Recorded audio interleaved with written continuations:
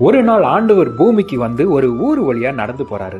அப்ப நடந்து போகும்போது ஒரு பையனை பாக்குறாரு. அவன் ரொம்ப சோகமா இருக்கிறான். அவன்கிட்ட ஒரு இருதயத்தை கொடுத்து, இதை ரொம்ப பத்திரமா பாதுகாத்துக்கோ, இந்த இருதயத்தை என்ன தவிர வேற யாருக்கும் கொடுத்துறாதுன்னு சொல்றாரு. இந்த இருதயத்து மூலமா நீ என் கூட பேசலாம், நானும் உன் கூட பேசுவேன், உனக்கு நிறைய ஆலோசனை கொடுப்பேன், உன் லைஃபே கலர்ஃபுல்லா இருக்குன்னு சொல்றாரு.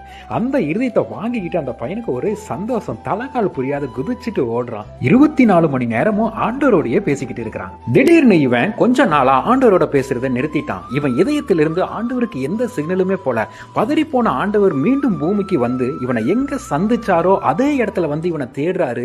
எங்கெல்லாம் சந்திப்பாங்களோ அந்த எல்லா இடங்களிலும் போய் இவனை தேடுறாரு. ஆனா எங்க தேடியுமே கிடைக்கவே இல்லை. கிட்டத்தட்ட இரவாயிருது. ரொம்ப வேதனையோட ஒரு குப்பத்தட்டி ஓரமா கண்ணீரோட அப்படியே உட்கார்றாரு.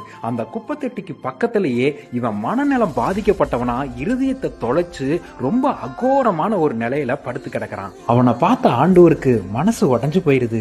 இந்த இருதயத்தை யாருக்குமே கொடுத்துறாதுன்னு சொன்னனேப்பா அப்படின்னு சொல்லி ரொம்ப அன்போடையும் ரொம்ப கரிசனையோடையும் அவன் பக்கத்துல போறாரு. அவனை தொடுறாரு.